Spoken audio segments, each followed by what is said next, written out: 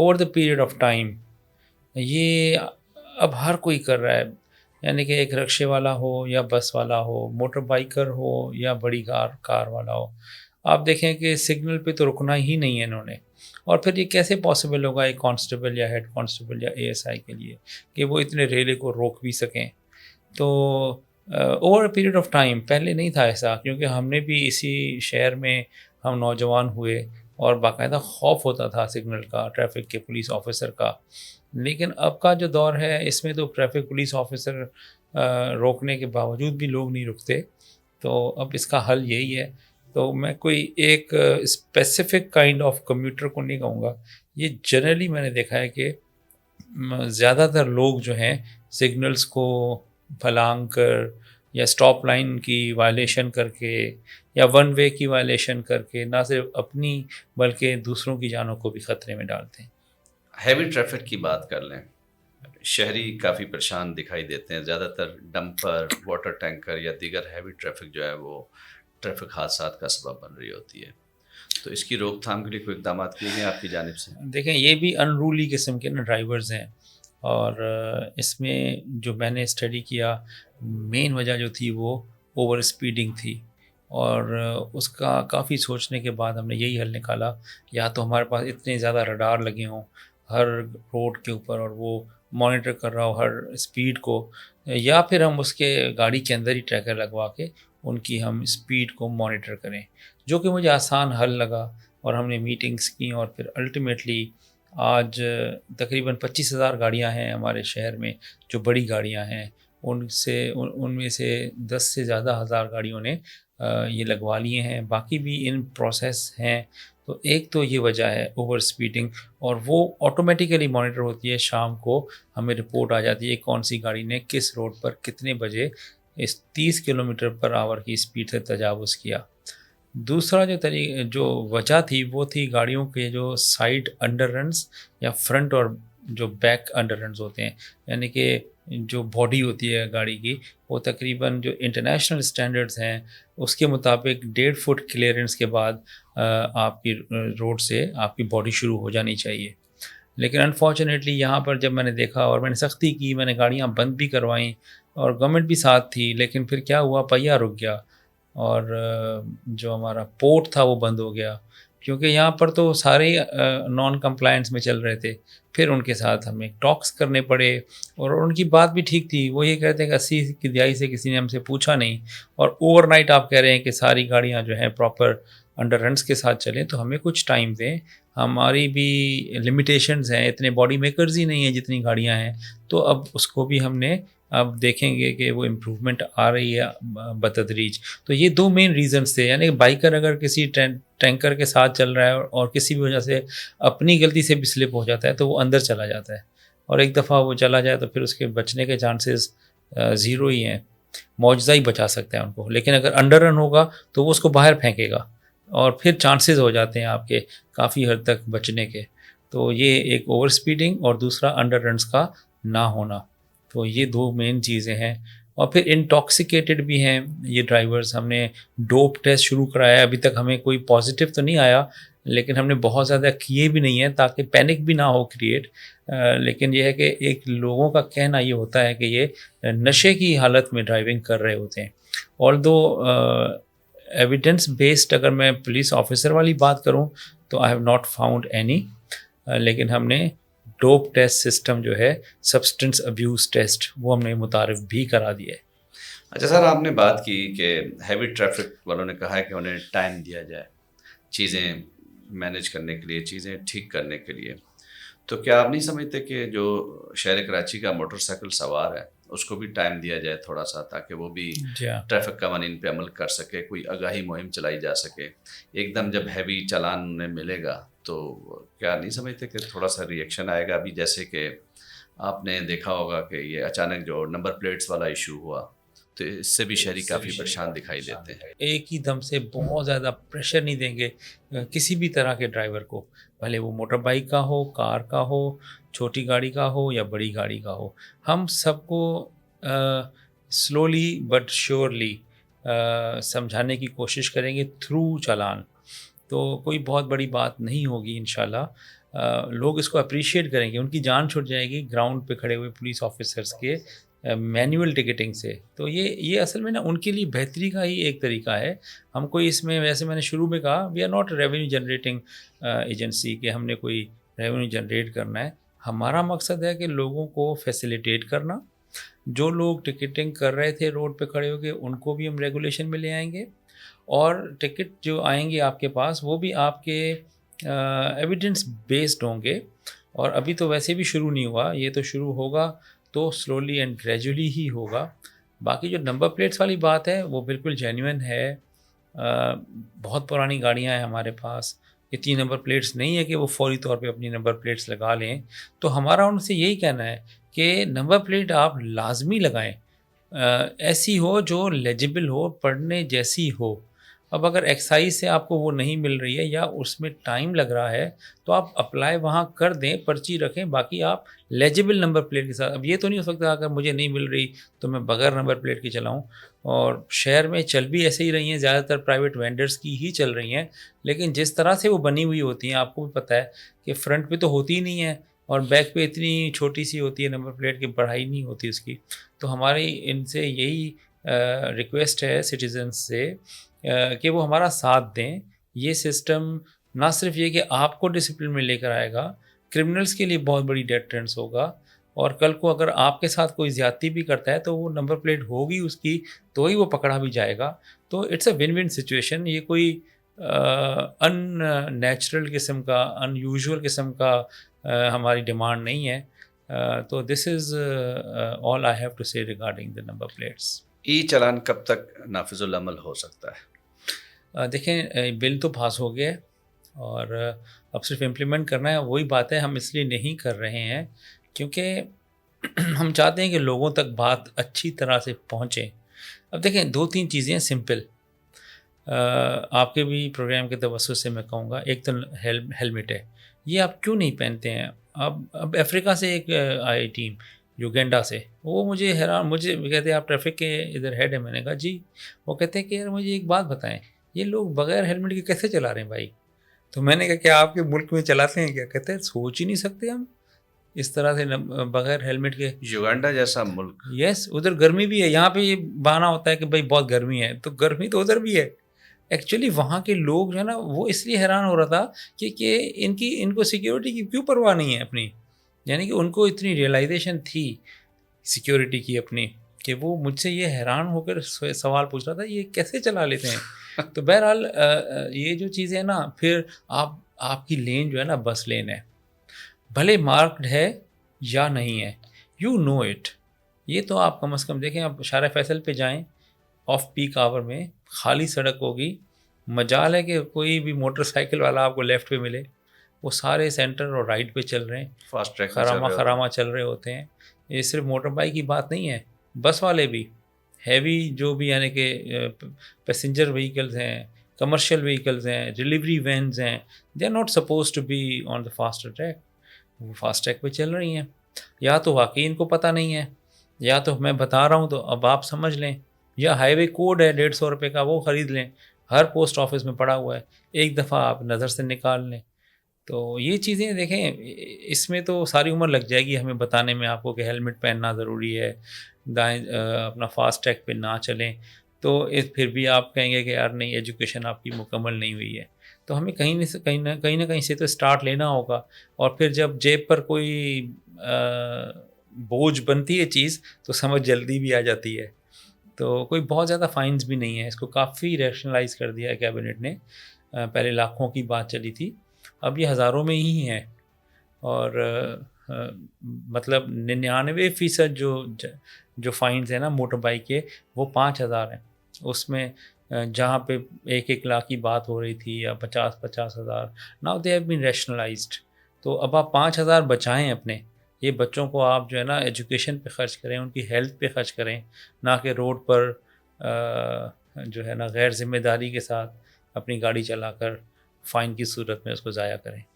شہر میں ٹریفک کی تعداد کیا ہے, ٹریفک ویکلز کی تعداد کیا ہے شہر میں, اور آپ کیا سمجھتے کہ کتنے لوگوں کے پاس لائسنس ہے؟ یہ بھی ایک بہت بڑا المیہ ہے. ہمارے جو کراچی شہر میں رجسٹرڈ گاڑیوں کی تعداد جو ہے وہ 80 لاکھ کے قریب ہے، لیکن جو ڈرائیونگ لائسنسز ہیں وہ شاید 25% کے پاس ہیں، کیونکہ لوگ جو ہے نا اس کو بہت ایزی لیتے ہیں.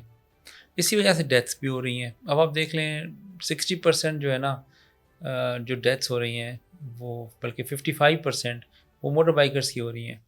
اور جو گاڑی سب سے زیادہ حادثہ کا باعث بنتی ہے وہ بھی موٹر بائک ہے. ایک تو ہیں وہ بہت زیادہ شہر کے اندر جو ہے نا ہر یوں سمجھ لیں کہ چھٹی گاڑی جو ہے نا وہ موٹر بائک ہے. ایک رپورٹ میں نے پڑھی تھی 45 لاکھ کے لگ بھگ جو ہے شہر میں موٹر سائیکلیں ہیں. ہاں بالکل بالکل ایسے ہی ہے. 43 لاکھ کے قریب موٹر بائکس ہیں. تو میرے خیال پرسنٹیج نکالیں تو 60% ہو جاتی ہیں. تو 100 میں سے 60 گاڑیاں جو ہے نا موٹر بائکس ہیں ہماری، 10 میں سے 6. تو ایک تو وہ چلیں زیادہ ہے، اس کی ریزنس اور لیکن اس بھی کی ہیں. ریزن تو دیکھیں نا، ٹرانسپورٹ بھی تو وہ نہیں ہے تو دیکھیں نا، گورنمنٹ کی وہ جانب تو سے بگر ایک ٹرانسپورٹ کویشچن ہے. یہ بگر کویشچن ہے، میرے لیول کا نہیں ہے. ہونا چاہیے یہاں پر ماس ٹرانزٹ سسٹم نہیں ہے، چلو وہ کوئی بھی وجہ ہے. لیکن موٹر بائکس اگر زیادہ ہیں تو اٹ ڈزنٹ مین کہ ہم ان کا خیال نہ کریں، ان کو ایجوکیٹ نہ کریں، ان کو ہم ہیلمٹ پہنانے کے لیے سختی نہ کریں، ان کو ہم فاسٹ ٹریک چلنے پر روکیں نہ. یہ تو پھر زیادتی ہو جاتی ہے، پھر اس کے ساتھ بھی زیادتی ہے جو موٹر بائک چلا رہا ہے. تو آئی تھنک کہ لوگوں کو خود سمجھنا چاہیے اور ذمہ دار شہری کا ہونے کا ثبوت دیں، اپنے چیزوں کو وہ ٹھیک کر کے چلیں. 2-4 چیزیں ہوتی ہیں موٹر بائکرز کے لیے کہ بھائی اس نے ہیلمٹ ہونا چاہیے، اس کا چین کور زیادہ تر اموات ہیڈ انجری سے ہوتی ہیں، رپورٹس ہاں دیکھی ہم نے بالکل. بھی. تو اس میں اگر ہیلمٹ کا استعمال کریں گے تو ان کی اپنی 60 جان. 60% لوگ اس طرح ڈیتھ کر جاتے ہیں، 60%. تو یہ تو ہم نے اسٹیٹ کا کوئی تو ذمہ ہے نا. وہ صرف اگر ایجوکیشن سے ٹھیک ہو رہا ہوتا تو اتنی ڈیتھ کے بعد ٹھیک ہو چکا ہوتا. ہر سال ہو رہی ہیں. تو بالکل کچھ جی، نہ کچھ ہمیں درست کہہ انٹرونشن رہے ہیں کرنا ڈی آئی جی صاحب کہ بات یہ کہ شہریوں کو اپنی ذمہ داری کا بھی احساس کرنا چاہیے. ضروری نہیں ہر چیز حکومت کے ہم ذمہ دار ٹھہرا دیں. ہیلمٹ کا استعمال بہت ضروری ہے کیونکہ جتنی اموات ہو رہی ہیں اس میں زیادہ تر ہیڈ انجری کی وجہ سے. ٹریفک پہ بات ہو گئی. اب تھوڑا سا میں، کیونکہ آپ کرائم فائٹر ہیں اور بڑے آپ کے ماشاءاللہ واقعات ہوں گے آپ کی زندگی میں، بڑے بڑے انسیڈنٹ آپ نے رپورٹ کیے ہوں گے، اور ظاہر ہے ایسے معاملات میں کراچی ایئرپورٹ حملہ کیس، اس پہ بات کر لیتے ہیں.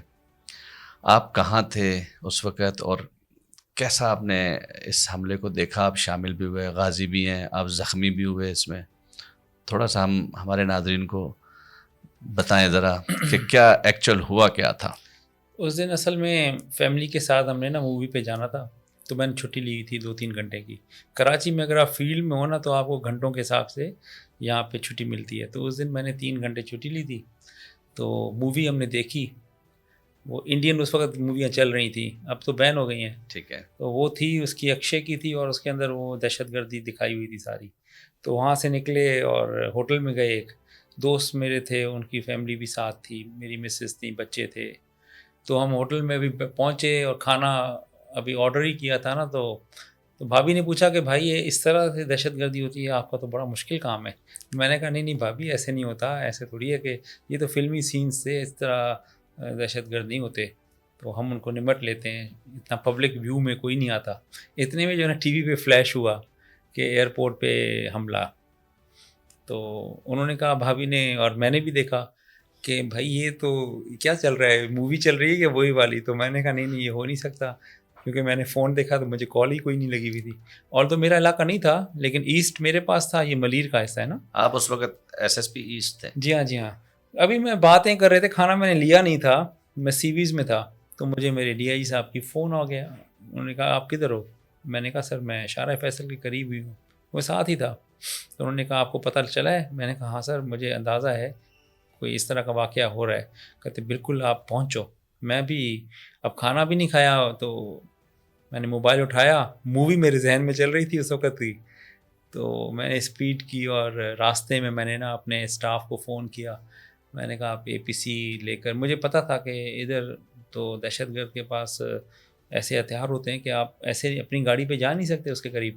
تو میں نے APC میری ہوتی تھی اس زمانے میں، کیونکہ ویسے بھی کراچی آپریشن چل رہا تھا.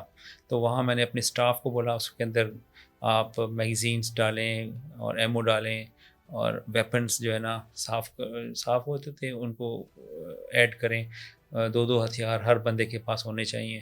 تو میں نے کہا آپ ایئرپورٹ پہنچے نا، اتنے میں بھی ایئرپورٹ پہنچ گیا تو اے پی سی بھی میری پہنچ گئی. تو وہاں پہ رش لگا ہوا تھا، آئی جی بھی تھے ہمارے اقبال محمود صاحب، تو وہ سی ویز میں تھے وہ بھی، کیونکہ رات کا ٹائم تھا، رات کے 10 بج رہے تھے اس وقت. تو سر نے کہا کہ نا دھماکے ہو رہے تھے، آگ کے گولے برس رہے تھے اندر، ہم دیوار کے باہر کھڑے تھے. تو میں نے سر کو کہا، میں نے کہا سر یہ تو اگر کوئی گولا ادھر آ گیا تو ہم تو کوئی بھی نہیں بچے گا، تو آپ کائنڈلی ہمیں آرڈر کریں، ہم انگیج کر لیتے ہیں ان کو اندر جا کے. تو سر نے کہا کہ نہیں وہ آر آر ایف آ رہی ہے نا تو وہ انگیج کرے گی. میں نے کہا سر آر آر ایف تو نہیں کر سکتی ہے انگیج، وہ تو بیچارے جو ہے نا پیدل ہوتے ہیں، گاڑی ان کی. میں نے کہا ایک بھی اٹیک ہو گیا تو وہ تو میں نے کہا سر جو اے پی سیز والے ہیں ان کو آپ اندر بھیجیں، یہ میرے الفاظ تھے. تو اس وقت جو سر دیکھنے لگے تو میں نے کہا سر ایک تو میری گاڑی ہے، میں لایا بھی ہوں، تو میں والنٹیئر کرتا ہوں، آپ مجھے اندر جانے دیں. سر نے کہا بالکل آپ جائیں پیر. تو اتنے میں جو ہے نا ایک اور آفسر تھے کلا کوٹ کے ایس ایچ او، میں نے دیکھا کہ میرے ساتھ کون چلے گا، تو وہ ثناء اللہ نام تھا اس کا. تو اس نے بولے، میں اس کو اس وقت اتنا جانتا نہیں تھا، ابھی تو میرے وہ تو ریٹائر بھی ہو گیا بیچارہ. تو اس کو میں نے دیکھا وہ بڑا فٹ آدمی تھا. تو میں نے کہا یار آپ کے پاس اے پی سی ہے؟ تو اس نے کہا ہاں سر میرے پاس اے پی سی ہے، تو میں تو ہمیشہ اے پی سی میں ہی گھومتا ہوں، کلا کوٹ ہے سر. تو میں نے کہا اچھا، تو میں نے کہا آپ میرے ساتھ چلو. اسی طرح پھر راؤ انوار تھا، ان کا علاقہ تھا، تو وہ بھی پھر ہمارے ساتھ اندر گئے. تو ہم 3 گاڑیوں میں اندر داخل ہوئے. تو اس وقت جو ایک ڈی آئی جی تھے وہ میرے پاس آئے، انہوں نے میرا بازو پکڑا، انہوں نے بولا کہ پیر آپ یہ غلط کر رہے ہو، یا آپ کیسے اندر جا رہے ہو. تو میں نے کہا نہیں سر. اس وقت میں نے کہا سر میں کہہ چکا ہوں آئی جی صاحب کو اور میں نے اندر جانا ہے. یہ کہہ کر نا ہم لوگ انٹر ہو گئے. پہلی گاڑی میری تھی. جیسے ہی داخل ہوئے تو اس طرف مجھے نظر آ گئے دہشت گرد، تھوڑا سا بھی رن وے کی طرف گئے تو لیفٹ پر وہ گھوم رہے تھے. اچھا کتنی تعداد تھی ان کی اس وقت؟ 3 بندے تھے وہ اس وقت. تو میں نے ڈرائیور نے جو ہے نا تھوڑا سا نا اوپر سے ٹرن مارنے کی کوشش کی. میں نے کہا وہ سامنے کھڑے ہیں تم ادھر ہی چلو. تو اس نے کہا سر اوپر سے چلتے. میں نے کہا نہیں سیدھا چلنا ہے. تو ایسے بس ہم سیدھا ہی چلے گئے. جیسے ہی سیدھے گئے تو انہوں نے تو فائرنگ کر دی ہمارے اوپر.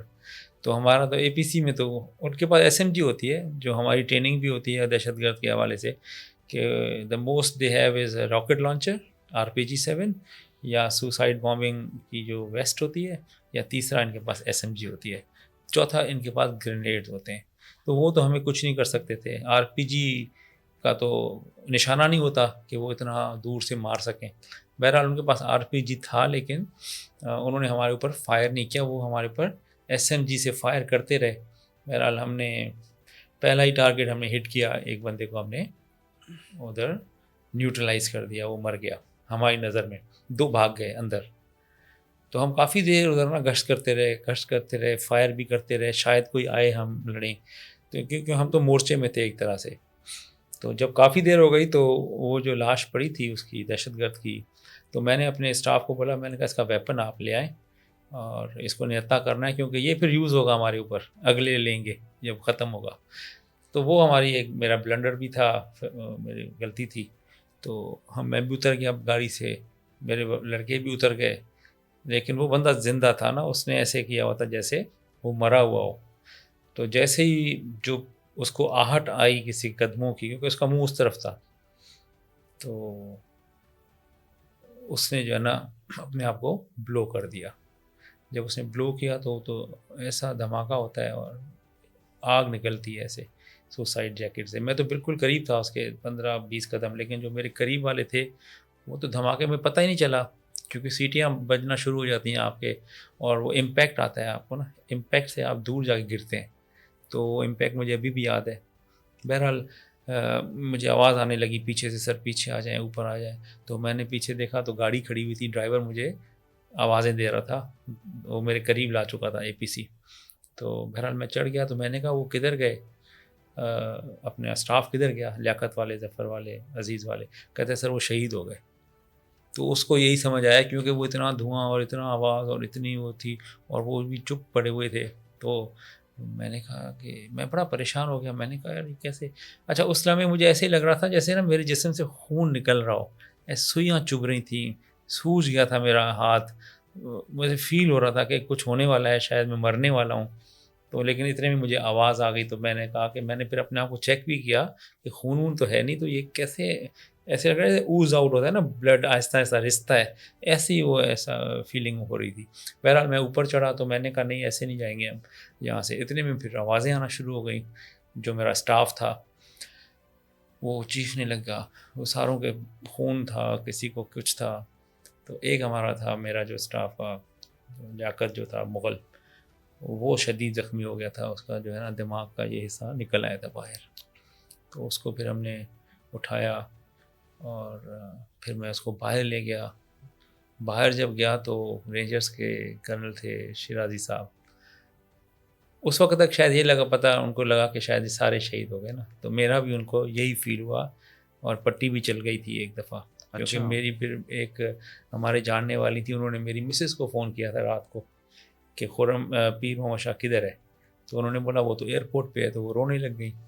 انہوں نے پٹی پڑھ لی تھی, تو میری مسز نے مجھے کال کیا تھا اس رات کو نا. اس وقت میں نے جب فون دیکھا تو میں نے کہا گاڑی والے کو تم تھوڑا دور لے جاؤ فائرنگ کی آواز سے. پھر میں نے اس سے فون کیا, اٹھایا, تو انہوں نے کہا آپ کدھر ہیں؟ میں نے کہا میں کنٹرول روم میں بیٹھا ہوں. کہتے کدھر کنٹرول روم؟ میں نے کہا میں اوپر بیٹھا ہوں سی ایم صاحب کے ساتھ, اندر جنگ چل رہی ہے. کہتے آپ تو نہیں گئے نا؟ میں نے کہا نہیں میرا کیا کام ہے, میرا تو علاقہ ہی نہیں ہے وہ.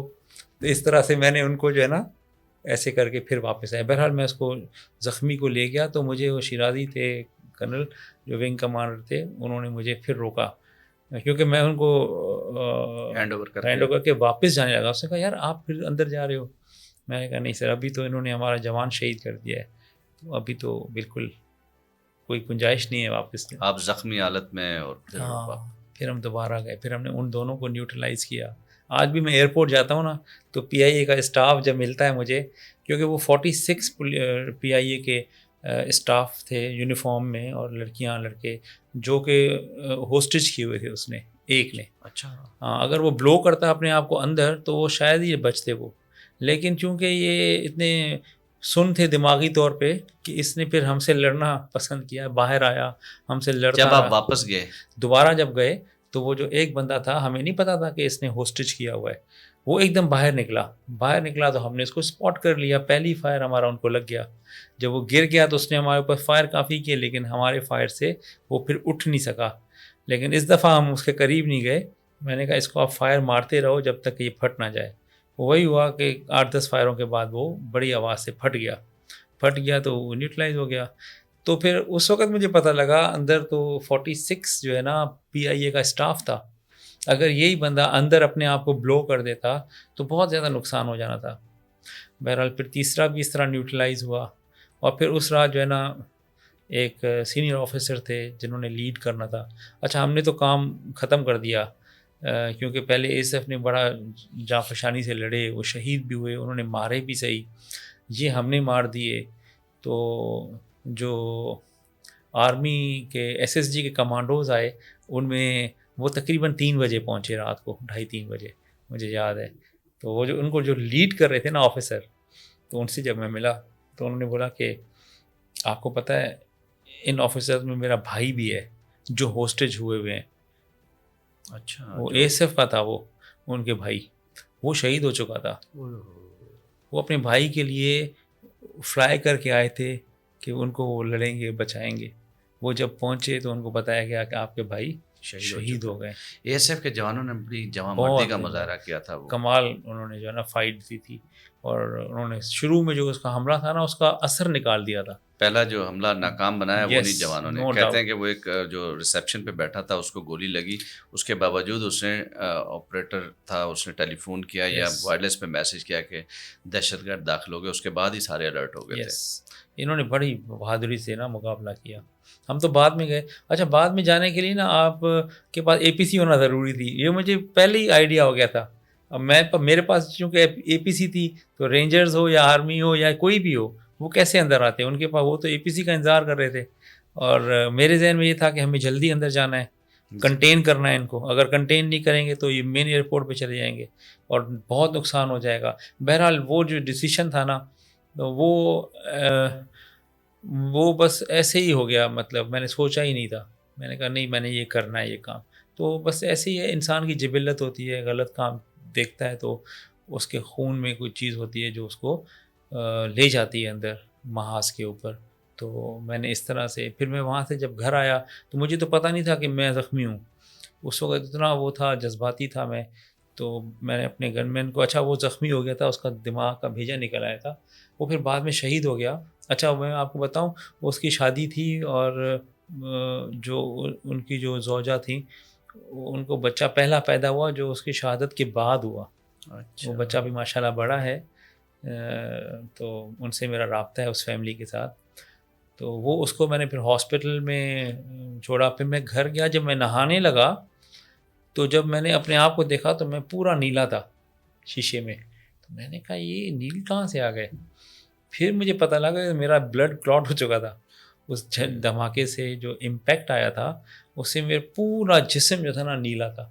پھر مجھے 2 دن لگے اس کو جو ہے نا ریکور کرنے میں اپنے آپ کو. پھر ہاسپٹل گئے ہوں گے کہ نا آپ پھر ایڈمٹ رہے. یس. تو بہرحال اس طرح کے واقعے ہو جاتے ہیں آپ کی لائف میں, نہ آپ پلان کر رہے ہوتے ہیں ان کے لیے, نہ آپ کھانے پہ بیٹھے تھے, کہاں فیملی کے ساتھ تھے, اچانک جو ہے آپ سنتے ہیں اور چلے جاتے ہیں. یہ بھی اس لیے میں نے کہا نا کرائم فائٹر ہیں آپ. بڑے واقعات, ظاہر ہے ہم بھی فیلڈ میں موجود ہوتے تھے, رپورٹ کرتے تھے سیدھے.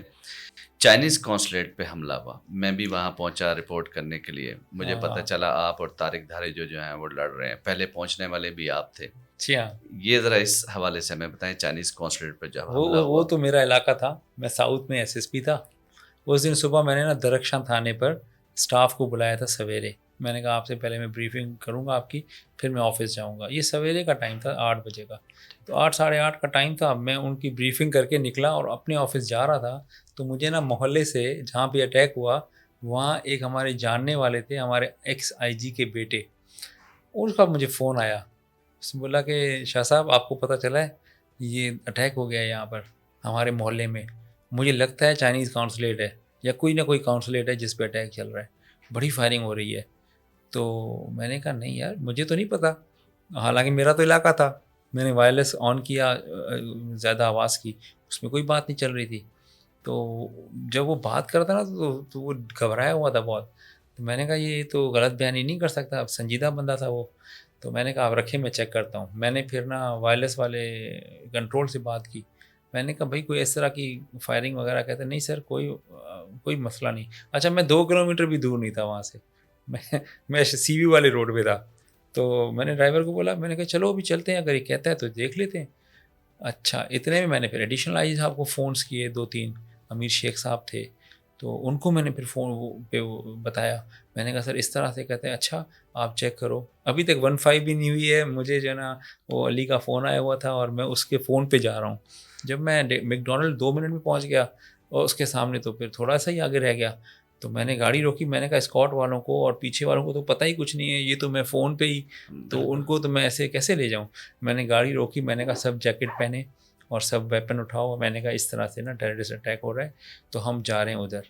میں نے اپنی بھی جیکٹ پہنی اور میں نے اپنے بھی ویپن اٹھایا. میں نے چیک کیا کتنا ایمو ہے. جیسے ہی میں وہاں پہنچا تو فائرنگ ہو رہی تھی, اور اس وقت جو فورن سیکیورٹی سیل ہوتا ہے ہمارا, اس کا ایک اے ایس آئی تھا یا ہیڈ کانسٹیبل تھا, اس نے مجھے اشارہ کیا سر. جیسے ہی میں نے گاڑی روکی تو میری گاڑی کے اوپر فائر آ گئے. تو اس نے بولا کہ سر یہاں سے تو پیچھے کریں گاڑی, یہ سامنے ہی تو گلی ہے, یہی تو قونصلیٹ ہے, یہیں پہ فائرنگ ہو رہی ہے, آپ گاڑی کیسے لے آئے. تو میں نے کہا تو پھر کیسے میں آتا ادھر. تو پھر اس نے بڑی ہمت کرائی مجھے. اس نے بولا اچھا اس وقت کوئی بھی نہیں آیا تھا وہاں پہ, لوکل گاڑی کھڑی ہوئی تھی, ایک میں پہنچا تھا, ایک میری اسکاٹ, اور یہ جو تھا نا فورن سیکیورٹی سیل کا اے ایس آئی تھا. اس نے مجھے بولا کہ سر آپ جو ہے نا ادھر سے تو ہم جا نہیں سکتے, گلی ہے سامنے, دہشت گرد ہیں, مجھے نظر آ رہے تھے وہ. کہتے ہیں سر یہاں سے تو ہم اندر نہیں جا سکتے, ایسا کرتے ہیں پچھلی گلی سے بنگلے کی چھت سے دوسرے بنگلے کی چھت پہ ٹاپ کے, اور پھر اس بنگلے کے دروازے کے سامنے پھر یہ قونصلیٹ ہے, مجھے سارا پتہ ہے راستے کا. میں نے کہا چلو. جیسے ہی ہم پیچھے سے گئے تو بنگلے والے خود پریشان تھے. ہم نے ان کو ناک کیا, انہوں نے دروازہ کھولا. میں نے کہا مجھے آپ کی چھت پہ جانا ہے. انہوں نے مجھے چھت پہ لے گئے. پھر چھت پہ گئے تو پھر دوسرا بنگلہ تھا ان کا جو اس طرف کو تھا. پھر اس چھت پہ ہم نے جمپ لگایا. پھر جو ہے نا وہ جو چھت تھی نا اس سے پھر ہم نہیں اترے. پھر ہم نے وہاں سے مورچہ، اتنے میں طارق تھے SSP انویسٹیگیشن تھے، اس نے مجھے فون کیا. میں نے کہا آپ ایسا کرو آ جاؤ میری گاڑی سے پوچھ کر، میں چھت پہ آیا ہوں. تو جب وہ بھی آ گیا تو ہم نے طارق نے اصل کام کیا. طارق کے پاس اچھی گن تھی. طارق دھاریجو. میرے پاس تو فون ہی اتنے آ رہے تھے. میں وہاں پہنچ گیا تو پھر سب کو پتہ لگ گیا. اب میں فون اٹھاؤں تو دھماکوں کی آواز آئے. تو ایون چیف منسٹر صاحب سے بھی میری بات ہوئی، IG سے، ایڈیشنل IG، DIG اوڈو صاحب تھے، جاوید اوڈو صاحب تھے، IG کلیم امام تھے، تو ہمارے CM یہی تھے مراد علی شاہ. پچھلے میں قائم علی شاہ تھے، وہ جو ایئرپورٹ والے میں. تو بہرحال وہ اتنی کالیں آ رہی، میں تو سمجھ ہی نہیں آ رہی تھی. اتنے میں طارق نے مورچہ سنبھالا. اس نے یہ کام کیا کہ ان کو ہلنے نہیں دیا. وہ اوپر فائر نہ مار سک رہے تھے، اس کو پوزیشن مل گئی تھی. وہ اس کی رینج میں نہیں تھے کیونکہ وہ ڈبے کے اندر چلے گئے تھے جو کنٹینر تھا. تو کنٹینر سے ان کو نکلنے نہیں دیا طارق نے. اتنے میں پھر وہ APCs بھی آ گئیں اور ان کا پھر ڈائریکٹ انکاؤنٹر ہوا. تو وہ بہرحال ہمارا جوائنٹ ایفرٹ تھا رینجرز کا اور پولیس کا. اور پولیس میں سمجھتا ہوں کہ جو طارق ہے اس نے بڑا بہادری کے ساتھ اس کو کنٹین کیا. اور جو سہائی تھی وہ ہماری SP تھی، اور اس نے جو ہے نا وہ جو گلی تھی جس کے اندر یہ سارا کچھ ہو رہا تھا، جس کی چھت پہ ہم تھے، اس کو پراپر طریقے سے اس نے نہ صرف وارڈن کیا تھا، بہادری کے ساتھ کھڑی رہی. سارے جو ڈائریکشن ہمارے تھے وہ اسی نے امپلیمنٹ کرائے. تو she also did a very wonderful job. تو بہرحال یہ اس طرح سے ہوا، اور یہ بھی یکدم سے ہوا. مطلب نہ وائرلیس پہ چلا، نہ کوئی 15 پہ کال گئی، اور سب سے پہلے میں ہی پہنچ گیا ادھر.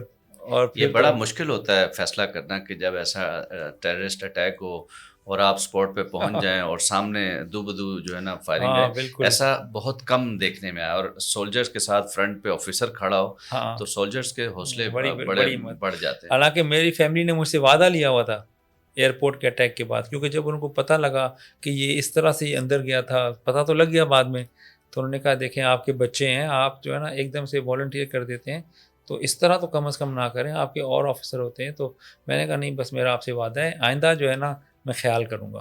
آئندہ کیا ہوا تو سب سے پہلے پہنچ گیا. بات یہ کہ اپنے وطن کے لیے پیش رہنا، یہ آپ روک نہیں سکتے اس جذبے کو، آپ بھلے کتنا بھی کر لیں.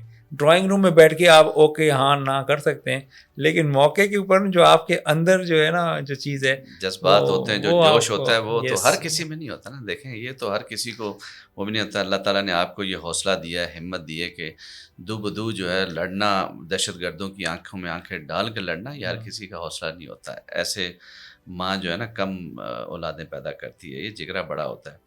اچھا سر، اس کے علاوہ ایک میں نے کہیں آپ کی پڑھی ہوئی تھی، خبر سنی ہوئی تھی، آپ بارات میں تاخیر سے پہنچے تھے.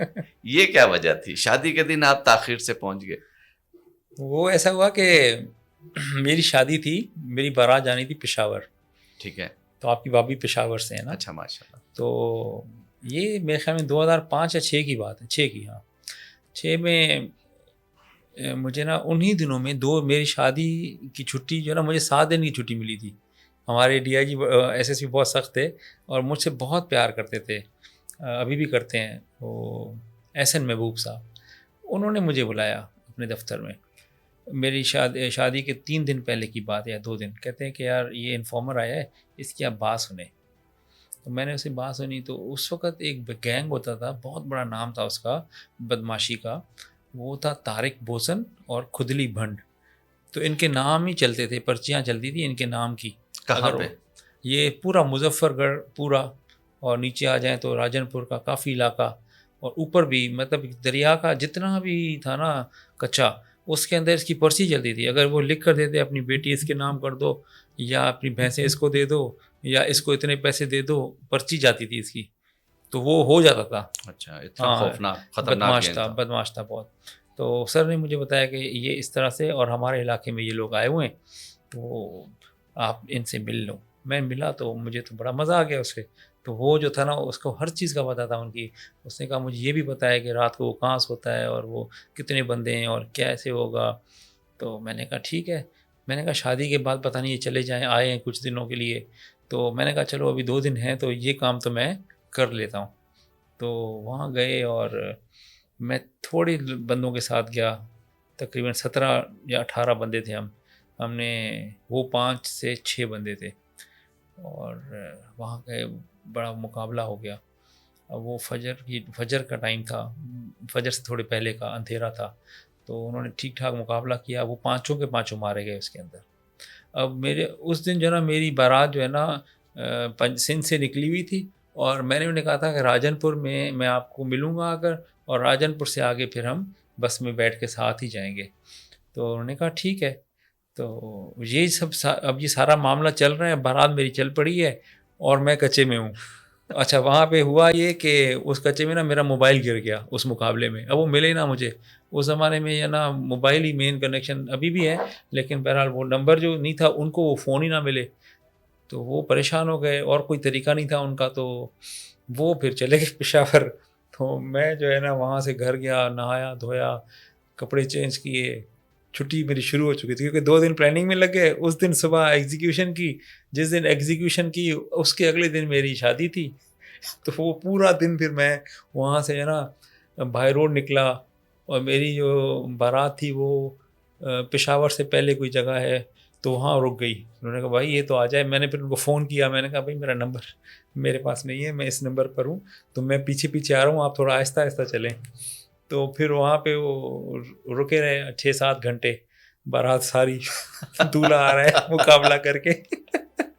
تو اس طرح جو ہے نا میں پھر پشاور پہنچا. یہ بھی زندگی کا یادگار دن اتنا تھکا ہوا تھا، لگ ہی نہیں رہا تھا کہ میری شادی ہے.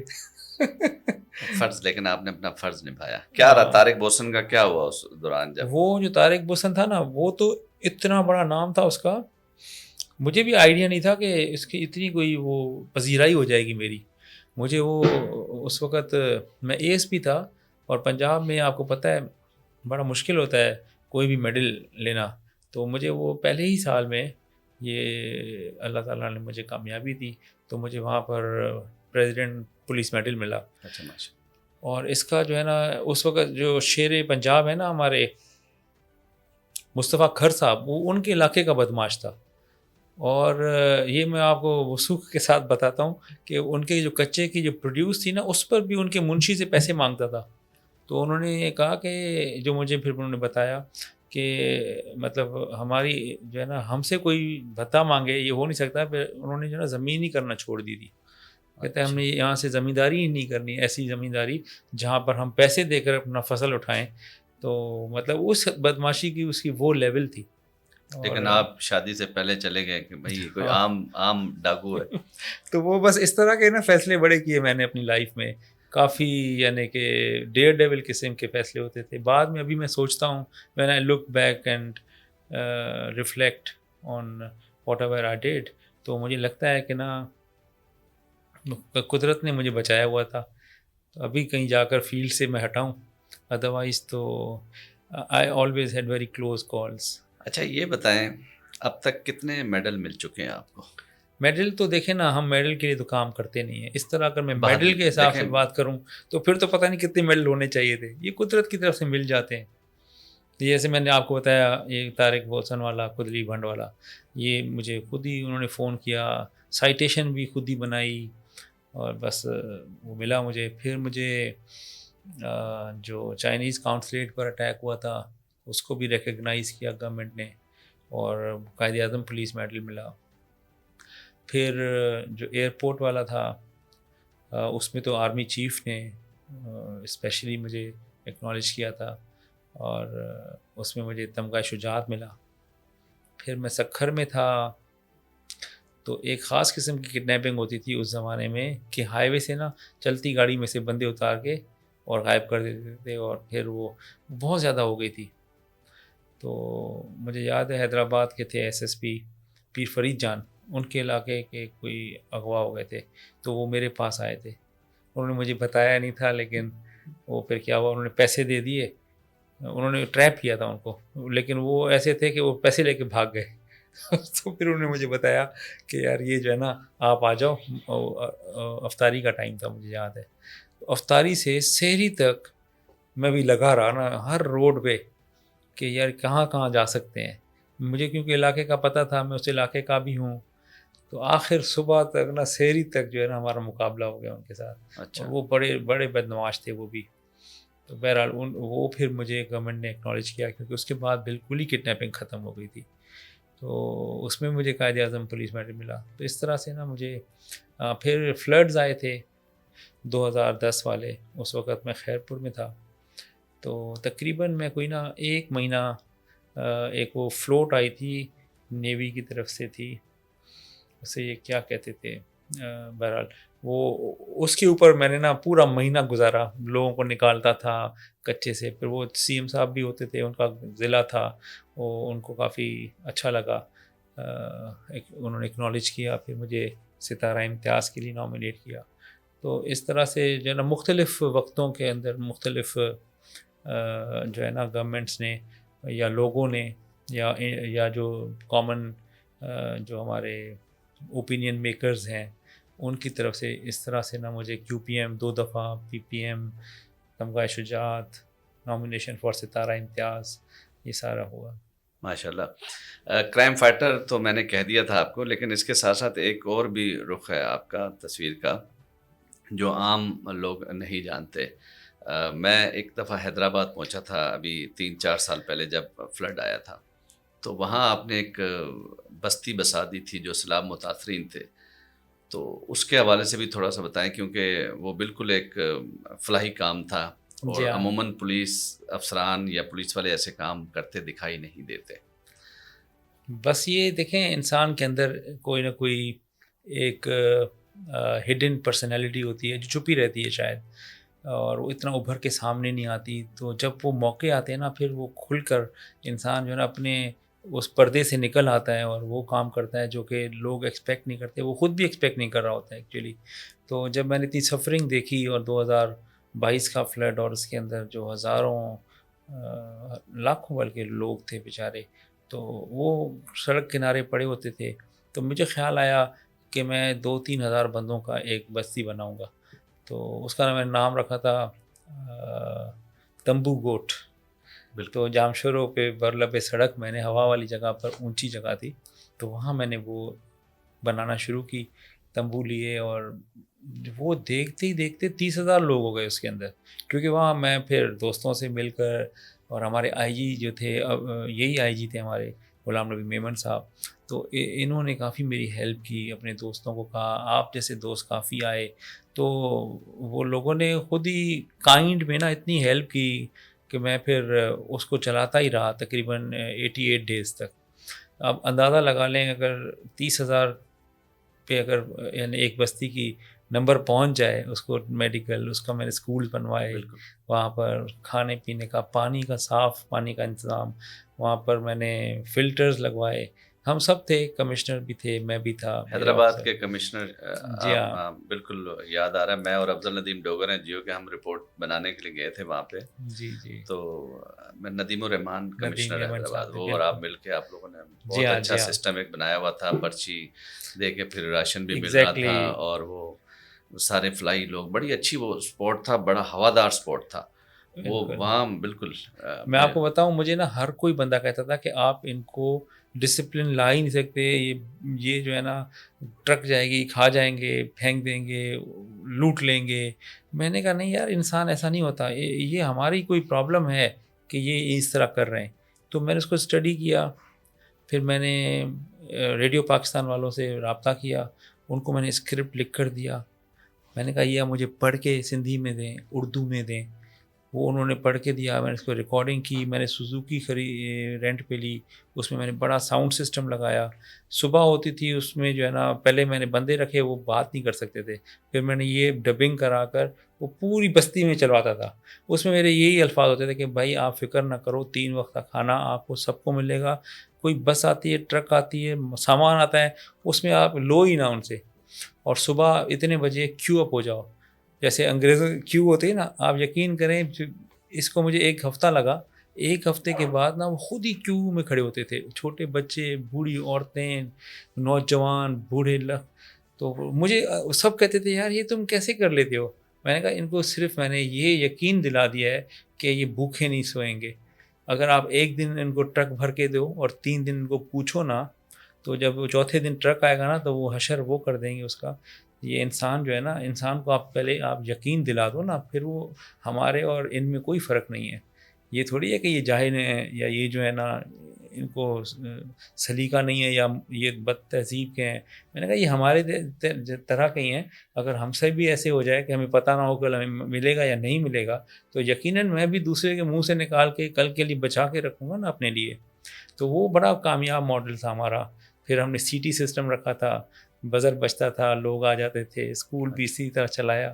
تو بہت اچھا اسکول بھی قائم کیا تھا, بالکل ہاں یاد ہے. بچوں کا وہیں اسکول واش تھا. روم بھی بنائے ہوئے تھے آپ نے ان کے لیے, جی ہاں ساری جی چیزیں ہاں یاد ہیں بالکل مجھے. جی جی بہرحال یہ تو دیکھیں نیکی کا کام تھا. اچھا آپ سے ایک اور بھی چیز پوچھ لوں, جو نوجوان نسل ہے سی ایس ایس کا ایگزام دینا جی. چاہتی ہے, اس کے لیے کیا کہیں گے, ان کو کیا مشورہ دیں گے, کس چیزوں کی تیاری کریں, کیا تیاری کریں؟ دیکھیں میرے پاس نا بڑا آسان فارمولہ ہے, میں سب کو دیتا ہوں, اس پہ عمل کریں تو انشاءاللہ آپ یقیناً پاس بھی کر لیں گے اور سال کے اندر کر لیں گے. دیکھیں 12 پرچے ہوتے ہیں, 6 لازمی اور 6 آپ کو خود سلیکٹ کرنے ہوتے ہیں. ہر کا نمبر ہوتا ہے 100, تو یہ ہو گئے 1200. جب آپ پاس کر لیتے ہیں تو 300 کا ہوتا ہے انٹرویو, ٹوٹل ہو گئے 1500. ایک تو یہ سب کو پتہ ہونا چاہیے, اس میں کنفیوژن نہ ہو. 6 جو لازمی ہیں اس میں تو سب نے دینا پرچہ. وہ انگریزی کے 2 ہوتے ہیں, سائنس کا 1 ہوتا ہے, حالات حاضرہ کا 1 ہوتا ہے, پاکستان کا مطالعے پر 1 ہوتا ہے, اور 1 اسلامیات کا ہوتا ہے. یہ 6 سبجیکٹس ہیں. ان 6 سبجیکٹس کو آپ صرف ایک اخبار کے ذریعے کور کر سکتے ہیں. اگر آپ جو ہے نا ڈان, جو میرا نسخہ بھی ہے, میں نے کافیوں کو بتایا بھی ہے, ڈان کو پڑھیں نا, ڈان کا اوپینین کا پیج جو ہے نا وہ نکال لیں, باقی ڈان کو ایک طرف کر دیں. تو اس میں جو سینٹر کا پیج ہوتا ہے اس میں ایک طرف اوپینین ہوتے ہیں, اور جو بڑے مایہ ناز لوگ لکھتے ہیں, ہفتے میں 1 آرٹیکل لکھتے ہیں وہ صرف, اور ایک طرف جو ہے نا ایڈیٹوریل ہوتا ہے. بس آپ اس کو سمجھ میں نہیں بھی آ رہا ہائی لائٹ کریں, جو سمجھ نہیں آ رہا اس کو آپ پڑھیں, سمجھیں, کوشش. ایزی انگلش ہے, ڈان کی انگلش سب سے آسان ہے. نہ وہ لمبے لمبے جملے لکھتا ہے, نہ ایڈیٹوریل کی میں بات کر رہا ہوں, اور ٹو دا پوائنٹ ہوتا ہے. بس وہ آپ لینگویج سمجھ لیں اس کی.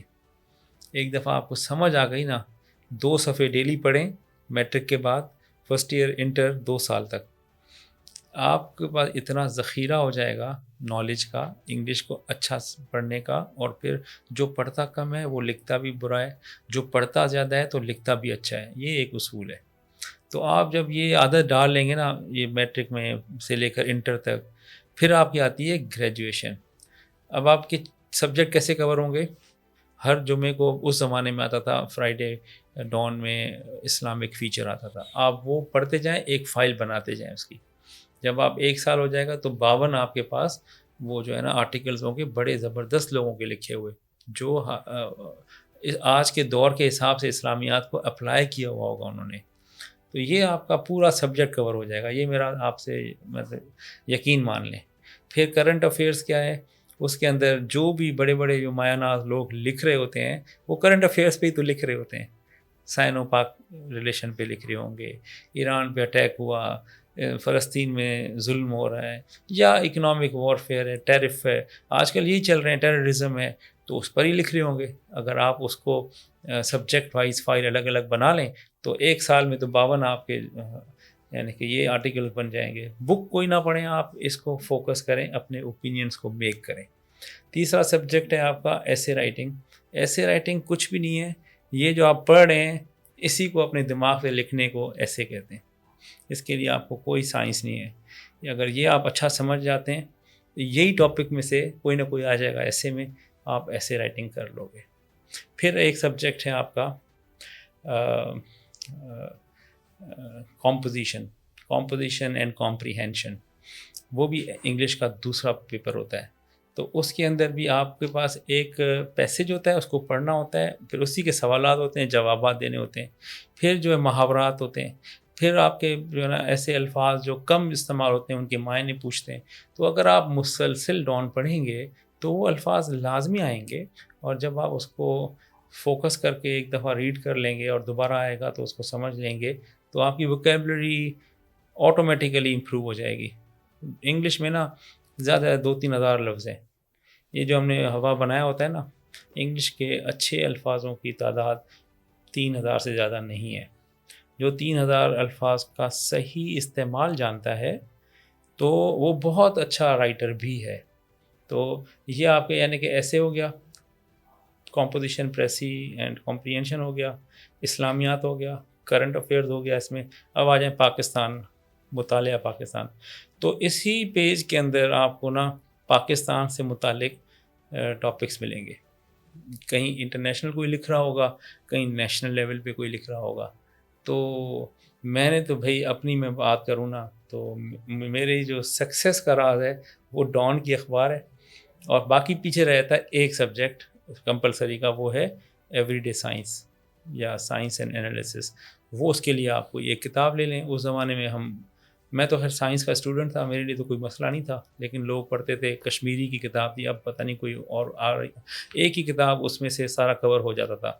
تو بہرحال پھر آپ کے آپشنل ہے نا، وہ آپ اپنی مرضی سے لے لو. جیسے میرے سائنس کے تھے، میرا میتھس تھا، میرے فزکس تھا، پیور میتھس، اپلائیڈ میتھس. تو وہ پھر ہر کسی کا اپنا شوق ہوتا ہے، جو آپ کو ایزی لگے. اتنے تو سبجیکٹ ہیں، 50 سبجیکٹ میں سے آپ نے 3 سلیکٹ کرنے یا 6 سبجیکٹ، تو اتنے میں سے تو آپ کر ہی لیں گے. تو آپ میرے حساب سے چلو زیادہ کتابیں مت پڑھیں.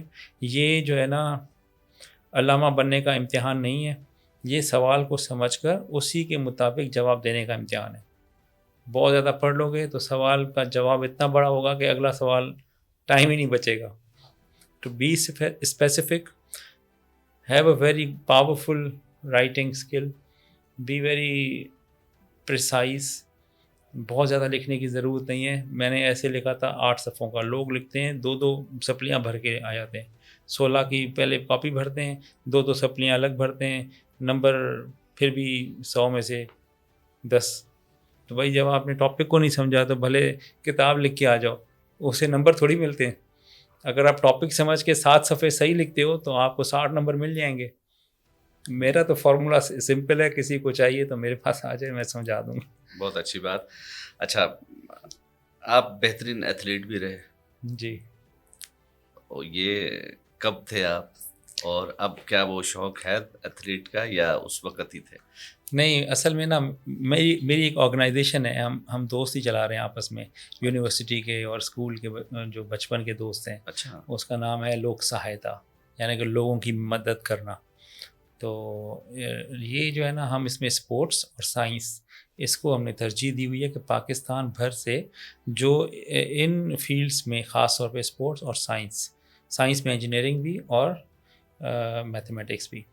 تو اس میں جو ہے نا جو ٹیلنٹڈ لوگ ہیں ان کو پہلے ہم سرچ کرتے ہیں مقابلے کروا کے. پھر جو اچھا ٹیلنٹڈ را ٹیلنٹ ہمیں مل جاتا ہے اس کو ہم پیٹرنائز کرتے ہیں اور اس کو نرچر کرتے ہیں تاکہ وہ کسی لیول پہ اس کو ریکگنیشن مل سکے. پھر لوکل لیول پہ، نیشنل لیول پہ، اور انشاءاللہ انٹرنیشنل لیول پہ بھی ان کو ریکگنائز کروائیں گے.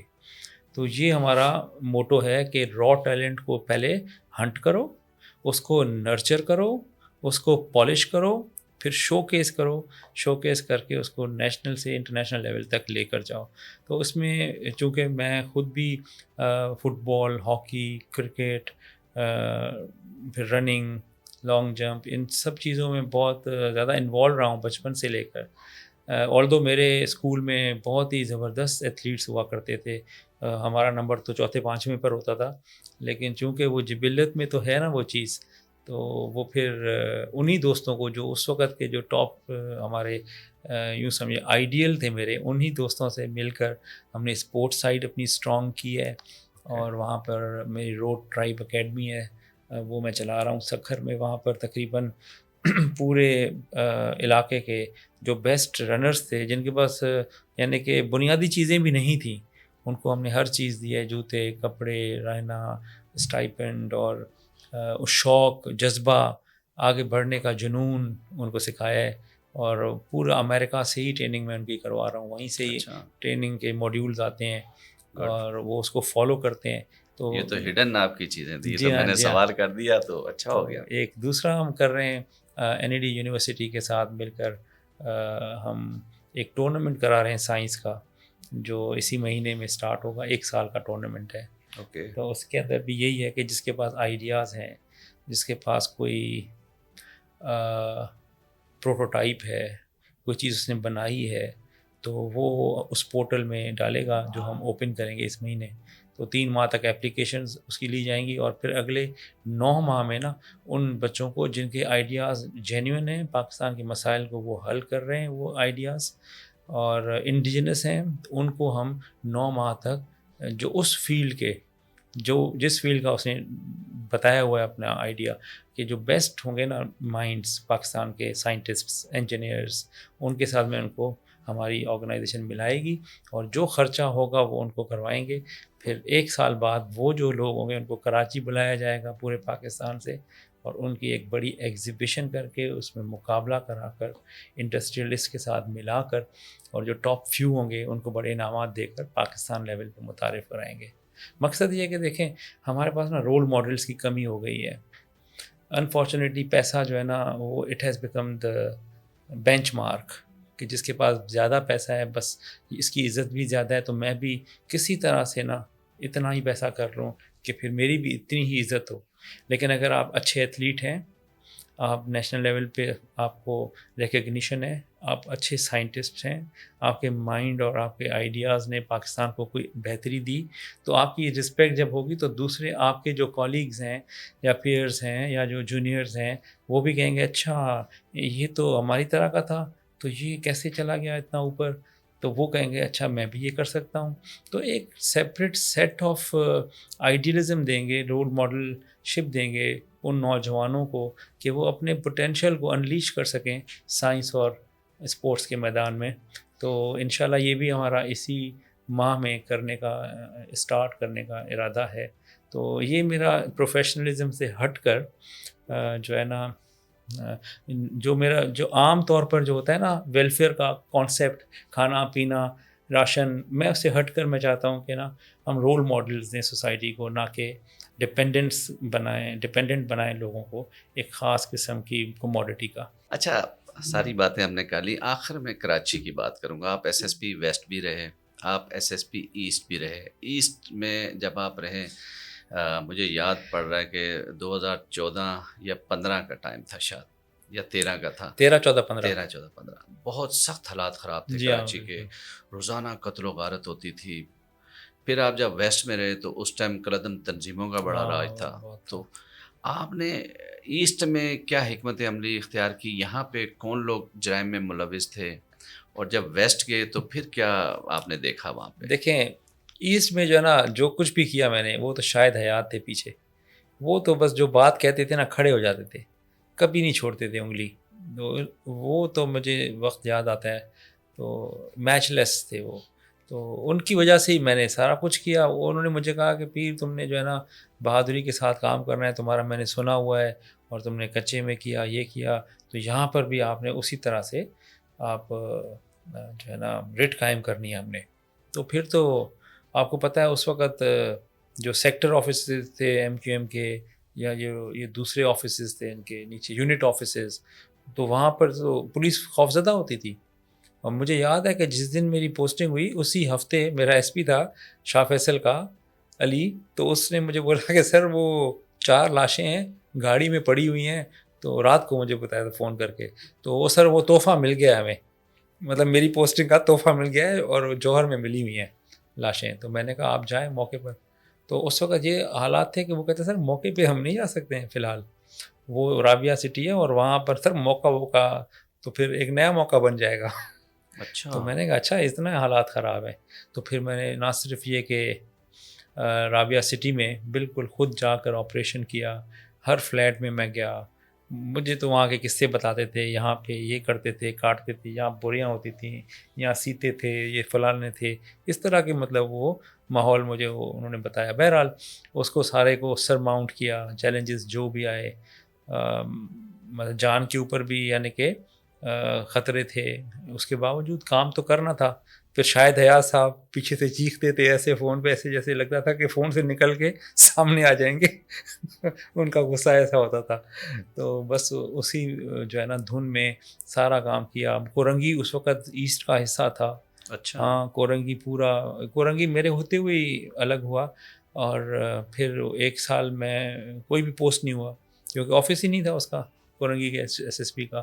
تو بہرحال وہ 2 سال 2.5 سال جو میں نے لگائے، ایسٹ بھی اس میں گلشن میں کافی مسئلے تھے، جوہر کا سیکٹر بڑا اسٹرانگ تھا، پھر کورنگی میں چائنا کٹنگ ہوتی تھی جو مجھے پتہ ہی نہیں تھا کہ ہوتی کیا ہے، میرے ذہن میں مطلب مجھے سمجھنے میں کافی ٹائم لگ گیا کہ چائنا کٹنگ ہوتی کیا ہے، تو وہ جب سمجھ میں آئی تو پتہ لگا کہ اس کے پیچھے بھی بہت بدماش ہیں، تو ہر طرح کی بد نظمی تھی، پولیس والے شہید ہو رہے تھے، مجھے یعنی کہ بلٹ پروف گاڑی آئی جی نے جو ابھی سر کے پاس ہے نا 001، یہ مجھے اس وقت کے آئی جی نے اپنی گاڑی دے دی تھی، ان کو کوئی تھریٹ آیا تھا کہ ایس ایس بی ایسٹ کو اٹیک کریں گے، تو سر نے مجھے بلایا ایک دم سے، بولا کہ آپ کے پاس گاڑی کون سی ہے؟ اس وقت تو میں ایسے ہی چلا گیا، مجھے کیا پتا کیا کہیں گے، کہتے ہیں میں نے کہا کہ سر میری تو گاڑی یہ ہے، کہتے ہیں یار یہ تو بلٹ پروف نہیں ہے، میں نے کہا سر بلٹ پروف تو ہے بھی نہیں، ایس ایس بی کے بعد تو نہیں ہوتی،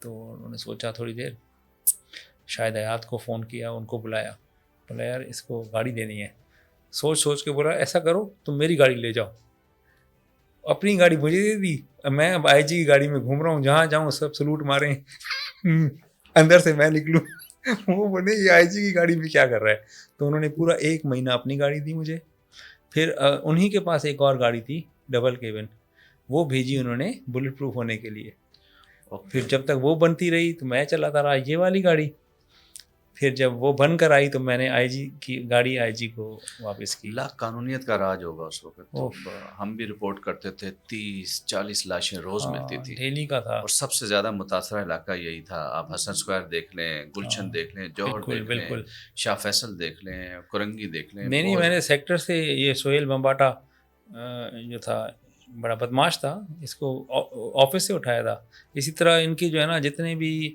جو گڑھ تھے نا ان کے، وہاں پہ ہم نے خود جا کے فزیکلی ایکشن، اس وقت ابھی رینجرز کا نہیں ہوا تھا کام شروع، رینجرز نے تو 2014 میں شاید کیا تھا جو آپریشن ہوا تھا بڑا والا، تو یہ تو میں 13 کے سپٹمبر میں آ گیا تھا، وہ جو 7, 8, 10 مہینے جو میں نے لگائے، تو بہرحال کیا صرف ایم کیو ایم کے عسکری ونگ کے لوگ کاروائیاں کرتے تھے، دیگر سیاسی تنظیموں کے عسکری ونگ فعال نہیں تھے کیا اس وقت؟ نہیں یہ بھی تھے، ٹی ٹی پی تھا، ٹی ٹی ایس تھا، ٹی ٹی ایس نے تو تباہی مچائی ہوئی تھی، جتنے پولیس والے شہید ٹی ٹی ایس نے کیے، اس زمانے میں عرفان بلوچ ہوتے تھے ویسٹ میں، جی روزانہ جنازے پہ جاتے تھے، اور کسی دن 2 جنازے بھی ہوتے تھے، ابھی ایک جنازہ ہوا دوسرا شہید ہو گیا۔ نہیں میں سیاسی تنظیم کی بات کر رہا ہوں، کوئی جیسے ایسٹ کی بات ہو رہی ہے نا، آپ نے کہا ایم کیو ایم کے ہم نے ٹارگٹ کلر پکڑے، کیا یہاں پہ دیگر تنظیموں کے لوگ نہیں تھے کیا ان چیزوں میں ملوث؟ نہیں تھے تو صحیح، سب کے ہی تھے، یعنی کہ زیادہ خوف ان کا تھا اس زمانے میں، تو اور ویسٹ میں کیا پوزیشن تھی؟ ویسٹ میں دیکھیں ٹی ٹی ایس کا تو قلعہ کما کر دیا تھا عرفان بلوچ نے، انہوں نے کافی بہادری کے ساتھ کیا، پھر ہم گئے تو وہ ٹی ٹی پی آ گئی تھی اس وقت، اور محمد والے تھے، ٹی ٹی ایم تھی، تو یہ 3-4 تنظیمیں تھیں، اس میں بھی یہی تھا کہ ایس ایچ او جو ہے وہ اے پی سی کے بغیر گھومتا نہیں تھا، منگو پیر والا، وہ تو تھانے کے اوپر اٹیک ہو رہے تھے اس زمانے کے اندر، لیکن اس حوالے سے میں یہ کہوں گا کہ جو ٹیم تھی نا آفیسرس کی، ایس ایچ اوز کی، ڈی ایس پیز کی، دے ور ویری اسٹرانگ، اور ہم بھی ان کے پیچھے ایسی دیوار کی طرح کھڑے ہوئے تھے، تو یہ تو دیکھیں نا اسٹیٹ کی رٹ سے تو کوئی بھی چیلنج نہیں کر سکتا۔ ایک دفعہ ہم گئے تھے رپورٹر، میں نے رپورٹ بھی کیا تھا، مجھے یاد ہے میں ایک نجی ٹی وی چینل میں تھا، تو قبرستان سے اسلحہ ملا تھا بہت، ہاں تو وہ کیا تھا کیس؟ وہ ایسا تھا کہ یہ بھی ٹپ آف ہی تھی، ہمیں کسی نے بتایا تھا، اصل میں کیا تھا کہ جب نا زور ٹوٹتا ہے نا بدماش کا، تو اس کے اندر کے انفارمر آپ کو نا سب چیزیں بتا رہے ہوتے ہیں، خوف ہوتا ہے یا گورنمنٹ کا ہوتا ہے یا بدماش کا ہوتا ہے، گورنمنٹ کا خوف ہوتا ہے تو پھر لوگ جو ہے نا آپ کو ساری باتیں بتا رہے ہوتے ہیں، جب خوف بدماش کا ہوتا ہے تو اس سے کوئی چیز آپ کو نہیں پتہ لگ رہی ہوتی، کیونکہ ہر کسی کو یہ ہوتا ہے کہ اگر ہم نے اس کو بتائی پولیس کو، وہ بھی مارا جائے گا، ہم بھی مارے جائیں گے، پھر آہستہ آہستہ when it turned around تو پھر جو ہے لوگ انہی میں سے ہمیں انفارمیشن دیتے تھے کہ بھائی اوپر ٹینکی میں یہ ہے، جا چیک کرو، ہم جاتے تھے، ٹینکی میں وہ اسلحہ مل جاتا تھا، پھر کہتے قبرستان جاؤ، قبرستان میں اسلحہ ہوگا، قبرستان میں جاتے واقعی میں اسلحہ ملتا، مطلب پھر تو یہ تھا کہ ہر روز کوئی نہ کوئی یا 15 دن میں بڑی انفارمیشن آ جاتی تھی، کیونکہ اس کا خوف ٹوٹ گیا تھا بدماش کا، اسٹیٹ نے اپنی ریٹ کو نا باقاعدہ یعنی کہ قائم بھی کیا. اور نیکسس کن کن کا تھا؟ دیکھیں پانی کی چوری بھی شہر میں آج بھی ہو رہی ہے، اس وقت بھی ہو رہی تھی. لینڈ گریبنگ اس وقت بھی ہو رہی تھی، اب بھی ہو رہی ہے. ٹارگٹ کلنگ اس وقت بہت زیادہ تھی، اب نہ ہونے کے برابر ہے. اسٹریٹ کرائم اس وقت جرم نہیں تصور کیا جاتا تھا بڑا، لیکن آج اسٹریٹ کرائم بہت بڑا جرم. تو آپ کیا سمجھتے ہیں کن لوگوں کا نیکسس تھا؟ دیکھیں نا آرگنائز کرائم جو تھا وہ تو ابھی نہیں ہے. دیکھیں بھتہ تھا، بھتہ ابھی آپ شاد و نادر ہوگا. کڈنیپنگ فور رینسم، پھر کڈنیپنگ کے رینسم کے پیسوں کے ساتھ بہت زیادہ تھی اس وقت، وہ پیسہ بھی بہت لیتے تھے کروڑوں روپے میں، وہ آج نہیں ہے. اسی طرح آپ ٹارگٹ کلنگ پولیس والوں کی بھی ہوتی تھی اور پرومیننٹ لوگوں کی بھی ہوتی تھی، آج وہ نہیں ہے. تو ایسا نہیں ہے کہ نیکسس ٹوٹا نہیں ہے، نیکسس ٹوٹ گیا ہے کافی حد تک. ہاں اب کچھ چیزیں ہیں جو کہ زمین سے متعلق ہیں. زمین میں اگر پہلے کوئی چائنا کٹنگ ہو رہی ہوتی تھی تو ابھی جو ہے نا رشیا کٹنگ ہو رہی ہوگی. میں یہ پتہ نہیں کہ کیسے ہوتی ہے. بہرحال وہ تو دیکھیں نا ہر دور میں کوئی نہ کوئی رہا ہے. ویکیوم میں کوئی بھی چیز نہیں ہوتی ہے، اس جگہ کو فل کرنے کوئی نہ کوئی پہنچ جاتا ہے. لیکن جو کرمنل سائڈ تھی نا اس سارے کی، کہ گاڑیوں کو آگ لگا دینا، فائرنگ کرنا شہر میں کھلے عام، یا ٹارگٹ کلنگ کرنا، دہشت گردی پھیلانا، وہ ابھی وہ چیز نہیں ہے. اب جو بھی ہو رہا ہے وائٹ کالر ہو رہا ہے. وہ پھر جو ہے نا ریونیو یا اس طرح کے ادارے ہی زیادہ بتا سکتے ہیں کہ یہ لوگ کیوں ہیں اور یہ کیسے ختم ہوں گے. یہ ایز سچ پولیس کی کارروائی میں وہ نہیں آتے.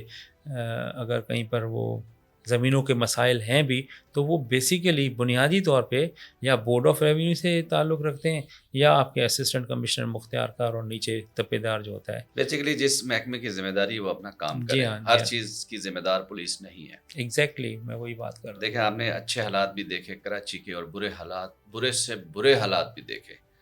یہ تو ہے نو ڈاؤٹ. بہت شکریہ. یہ تھے ڈی آئی جی پیر محمد شاہ. آپ ڈی آئی جی ٹریفک ہیں اور ٹریفک پہ بھی بات کی اور دیگر ان کے جو اہم واقعات تھے اس پہ بھی بات کی. ایک نئے مہمان کے ساتھ پھر حاضر ہوں گا. سمر عباس کو اجازت دیجیے. اللہ حافظ.